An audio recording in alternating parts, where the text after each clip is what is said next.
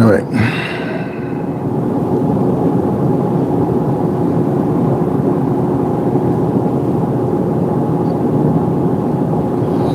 Volcano eruption in Hawaii. All right.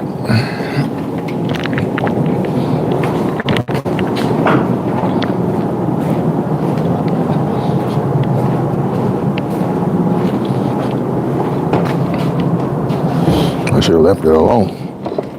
Somebody came and messed it up, but that's all right. I'll fix it. All right, this is Sports for Real with Coach Hall. Got about 15 minutes. I can talk football and football-related news. As you know, the Super Bowl is going to kick off Sunday night, and everybody's anticipating the Chiefs to knock off the Eagles to do their unprecedented three-peat. Although nobody's done it in the Super Bowl era, the last team to win 3 championships in the NFL in a row, that was Green Bay back in the 60s. 65, they won the championship, 66, and 67, Super Bowls 1 and 2. So the first 2 Super Bowls they got, and the last NFL championship before Super Bowl. So Green Bay is the last team to do that. And everybody's all excited to see it happen in the modern era. Patrick Mahomes, a lot of people think he's invincible the way he's played. And talked the other day about how the Chiefs, the advantage they have over other teams is that they play as a team. And because they play more so as a team and less for individual glory, it makes them just that much more effective. But it's a lot that's going to take place in preparation getting up to that point right now, and a lot to talk about. But today, I wanted to speak on college quarterbacks that don't typically fit the NFL mold, who is some consider or should expect to change positions. Right now, currently, I'm talking about Jalen Milroe. A lot of people feel like that maybe it's not a good idea for him to try to play quarterback in the NFL because it just don't seem to be a good spot for him right now. I've been critical of him myself because he's not consistent. The thing with Milroe is, if he's able to run, then he becomes a lot more effective. But if he has to stand back there in the pocket and beat you that way, I don't see him doing that. He had trouble with that in the NFL. He had trouble with that in college.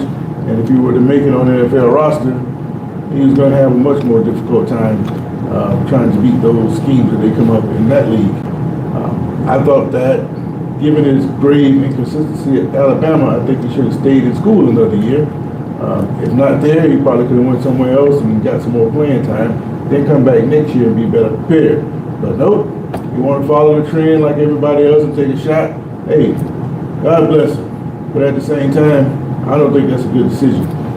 Especially now, there's no reason to leave college early with the NIL money that's being made. Now, in this case, I think he's been there 4 years, so it wouldn't be like he's leaving after his junior year. But the fact that they give those guys these extra years now, it wasn't even necessary. You could have stayed another year, sucked up a couple more $1 million in NIL, and been all right. You know, you worry about whether he makes the NFL or not. But nope, he wants to do it the hard way, and let's just hope he makes it. But his actions remind me, hey, coach, it's going to be a barn burner for sure. Yeah, the Super Bowl is going to be great, man. You got to have something to talk about it between now and then. But this guy Milroe, he just don't want to play anything else but quarterback in the NFL. And I think he hurt himself by not coming back another year. It kind of reminds me of about, not quite 30 years now. It's the same kind of thing that happened to Tommy Frazier. You know, the Nebraska quarterback that led the team to 3 championships. They wanted him to play a different position in the NFL, but he refused. He felt like he's been a quarterback all his life, and because he was a quarterback all his life, why get to the highest level and be forced to change position? He flat out refused to do it, and he never got drafted or came to a camp in the NFL, any of those things. He never got a chance to see what he could do. Even if he could have got in the camp, and maybe try to slide his way into the quarterback side. That might have been to his benefit. But back then, they're not doing what they do now. They play more traditional drop back style of passing, and that's not what Frazier did at Nebraska. So it was understandable why some people would have thought that he would want to play another position. Now Milroe, I think if Frazier played today, he would be the same style of quarterback that Milroe is. Be heavy on the run, timely passing, and maybe he can lead his team to a victory. But I think that Milroe, his problem again, he came along at the right time for his style of play, but he's just not consistent enough. So what the difference between Frazier and Milroe is that Frazier is in the wrong time. He didn't have running quarterbacks like they have now, and that was his downfall. But the thing that's interesting about Milroe, the guy came out and said, "You wouldn't ask a zebra to become a dog, so pretty much why are you asking me to play something that I'm not used to? It's not going to happen." So he's going to let it all ride on the quarterback position, and hopefully he can make it for himself. All right. Governor, Tech Serve, Pro Bowler, Pack, Chiefs versus Eagles. Who you got? Well, I've been leaning toward the Eagles, and I'm not ready to make a final pick yet, but I think that the Eagles got that look in their eye, and they got history also on their side. By that I mean that, if you go back to Super Bowl 42 when New England was undefeated, and everybody was so excited to see a team go undefeated in the modern era. But they forgot that the Giants, they were playing football over there. And by that I mean they were playing fundamentally solid football. They were running the football, they were playing great defense, they weren't turning the ball over. They had great special teams. Everything was functioning to the highest for the Giants at that time. And nobody gave them much of a chance to win that game, but the advantage the Giants had, they had 4 weeks to get ready for New England. What do I mean by that? They played them in the preseason, and when you go to the preseason, they have practices together. So they actually practice with New England during the week. Then they end the week by having these preseason games. This happens all the time. That was 1 week. They played them in the regular season. That was another week. And then they had 2 weeks to get ready for the Super Bowl. And because of that extra time and the fact that they had pressure coming off that line from the defense, that's a perfect recipe to beat New England. Now, the Eagles, they don't have the advantage of 4 weeks to get ready for Kansas City, but what they do have is a difference. They got Saquon Barkley. They didn't have Saquon Barkley the last time they played, 2 years ago, and he is a difference maker. Case in point, had the Eagles, because they jumped out to a pretty big lead, and they had a turnover that tightened the game up, but for the most part, they controlled Super Bowl 57. If they had a Barkley-type player, they could have just ran the ball and took their eye out of the ball and just killed the clock. If the Eagles are able to jump up on Kansas City this time, then I think Barkley in the second half is going to be a factor, which is why I said earlier, the Chiefs are going to have to use that same type game plan they used against Baltimore. They're going to have to control the run between the tackles, meaning slow Barkley. Don't let him get outside of making the big runs. Same thing you can't do with a Derrick Henry. And then with the running quarterback, when he pulls it, you can't let him beat you to the outside. If you can do those two things, and Hurts has to stand back there in the pocket and throw the football, I don't think he can beat you like that. He's a rhythm type player. He's run, and then he's going to play action. If it's not there right now, he's going to be looking around, he's going to throw it out of bounds. So he's not looking to make a mistake, but what he wants is a quick hitter. Which also goes back to what I was saying about Tommy Frazier. Tommy Frazier used to run the ball, and then they'll play action and tight end be wide open down the middle of the field. Well, that won't fly in the NFL, and that's the reason why he didn't get his shot to be a quarterback in the NFL. But I think Hurts and Milroe, all these guys are the same type players, and if you can stop that running game and force these guys to throw, then it's a problem for that offense. But the Eagles, I think if they can run the football and control the clock, don't make any major mistakes, they're going to have to play through any bad calls they might get from the officials.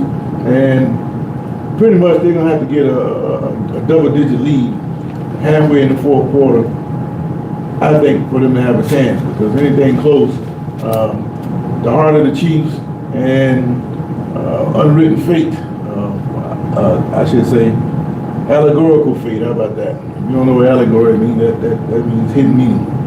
All right? That's just me talking. You think the Lakers are going deep in the playoffs this year? Well, probably not, because they don't have that outside defense. You get a team that get that outside shot. The Lakers don't have great perimeter defense right now.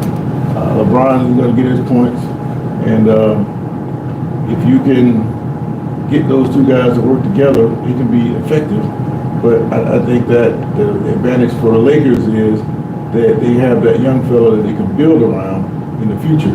LeBron, I don't know how long he's going to be there, how much longer he's going to play. I guess he thinks he's going to play till he's 50. Maybe he can, I don't know. All right, Mr. Appleskin. Where you get that name from, Appleskin? That's a good one, man. I like that. Now, as you guys know, the NFL awards are tonight, and the question is, will Allen or what's his name, Lamar Jackson win the MVP? Talked about this yesterday based on the comments of what Cam Newton said a few days ago. He's talking about he'd rather keep his MVP trophy than have a Super Bowl ring. Now, here's a quarterback who's supposed to be leading this team to a championship, and if you recall, the year he won the MVP, they actually played in the Super Bowl. Cam Newton had the perfect situation, and he peed down his leg. He had the ball with about 2.5 minutes left, one drive, a timeout or so. All they had to do was drive his team down the championship, down the field and win the championship, and he would have been in Super Bowl lore forever. Lo and behold, during that drive, Von Miller got to him. He fumbles the ball. Well, the ball laid on the ground. A football player would follow it to preserve possession for their team or get possession for their team. But what did Cam Newton do? He just stood there like he expected somebody else to get it for him, like he's too good to get on the football. Well, I roasted him because he didn't seem to have the heart to be a champion. But now I'm roasting him just like everybody else is roasting him. Based on his comments, they're looking back to what he said. They listen to what he said and look back to what he did in that Super Bowl. He's basically telling you he's more for indivisible glory. And I don't give a damn if the championship's on the line. If I don't pick up the ball when it's fumbled, that ain't my job. So, championship be damned. I'm not doing it. And that's what it looked like to me then. And now with his comments about being happy with his MVP over the Super Bowl trophy, it makes him look like he really didn't care. It was all about individual awards all along. And when he said that, he ruined his reputation. And now those guys that might have had questions about that fumble situation years ago, now they have a clear understanding of it now, based on what he said. Now the thing is, when Newton says these things on air, nobody challenges. You can't say that around an old school football player, old school team style player, without being challenged. And he didn't get challenged on that, and he never does. And I think that's the reason why he continues to say outlandish things, even though he doesn't realize what he's saying is out of bounds. But I think that Jackson, in relation to that, he's already got 2 MVPs. He can win the MVP every year, but if you don't win a championship, are you really the best player? Because in most sports, the best player, he's going to be consistent for a long time, and eventually he's going to get at least one championship. So my argument, and I've heard others argue the same thing, man, I don't even want that MVP, because all it's going to do is put more pressure on him. You saw some of that this year. Pressure. You MVP, but you can't win a couple playoff games. It don't relate. It doesn't compute. So he has another MVP, and he very well could get it. They're going to come out with more vitriol. He's going to put more pressure on himself. We don't know what kind of workout he's doing. He could be overworking himself in off season. All this has a negative effect. So I think it would be best in Jackson's case is to have Allen win that trophy.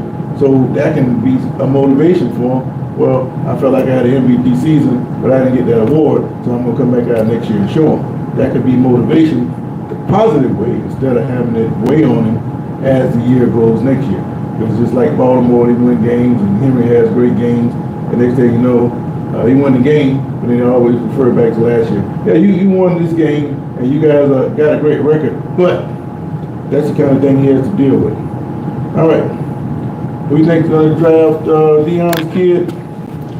Well, some people think he's going to end up with the Giants. Travis Hunter, he's probably going to end up with, I think Tennessee's got the top pick, so they'll probably take him. And if they don't take Hunter, they're probably going to take Cam Ward as a quarterback. They need a quarterback. The Giants need a quarterback. The wild card, New England, they had the top draft choice, but they won the last game against Buffalo, so that messed them up. I think that New England's definitely not going to draft him. So I'm thinking he might slip down to the Raiders. I think Cam Ward, he is going to go before Sanders. And surprise to everybody, which should never been a surprise, is Jackson Dart out of Ole Miss. He seems to me like the kind of quarterback that would fit well with, say, Oakland or Tennessee. So it wouldn't surprise me at all if Tennessee surprised everybody by coming up with a draft pick like a Jackson Dart. Wouldn't be a bad pick. It's just not what everybody's expecting. So that's a good thing about the draft. You never know what these teams are thinking despite prognosticators. All right. Folks should take him, trade Richardson. Well, I think Richardson is just like Milroe. He should have stayed in college. He was grossly inconsistent, even more so than Milroe. And they drafted Richardson based on his upside. You know, he's got the $1 billion body and all that kind of stuff, but that didn't mean anything to me. You know, he can have a rocket arm, but if your rocket arm is off target 5 yards, what good is it? That's just an interception going the other way. The kid's got tremendous upside. The light may turn on for him, but I just think he should have stayed in college just like Milroe. That's just my opinion. But I don't think the Colts are going to trade him. I don't know if they're necessarily happy with him because he's got injury problems and he's going to have to overcome that. And I don't know how you do that in a rough game like football. As soon as you get one thing fixed, they break something else. So it's just going to be his MO as long as he stays playing football. But, okay, let's see what else you got. I don't know if the Lakers are going deep in the playoffs, Apple Skin, but I think they have opportunity with those two guys. LeBron, you get a guard or get somebody to get hot. That's all it really takes in the NBA. Really in any sport, it's the team that is the hottest at the end usually is the one that is the greatest threat to win the championship. And I think the Eagles, they're playing great football, and everybody's overlooking them, or to the point where they appreciate it, Apple Skin. 99 cents, I'll take it. I'm gonna put it on my wall and frame it. I appreciate that. But what I'm saying is that the Eagles, they're in a perfect position. All the pressure that might have been on them has been shifted over to Kansas City. And I think that in the end, that extra pressure is gonna crack somebody. And I'm not ready to call it yet, but I'm leaning right now towards the Eagles. But I can't stay very much longer. I got to get ready to go to work. I appreciate you guys, Mr. Apple Skin. Hope you like and subscribe, man. I like new listeners. They'll be back on tomorrow, and I'm going to give my picks. And I'm also going to do a little rapping about some other things on Saturday about a shift that I'm talking about. This is just a little sports bite to get everything going in the morning. And I just had to comment on Milroe and his position and how it relates back to Tommy Frazier. It's the same thing over and over again, man. So keep an eye out on Milroe and see what he does. Maybe they can change his zebra into a dog, but we'll see. But in the meantime, where we are in the world, appreciate you chiming in again. This is Sports Real with Coach Hall. I catch you guys, if not later today, I catch you in the morning. Until then, I got to go to work, man.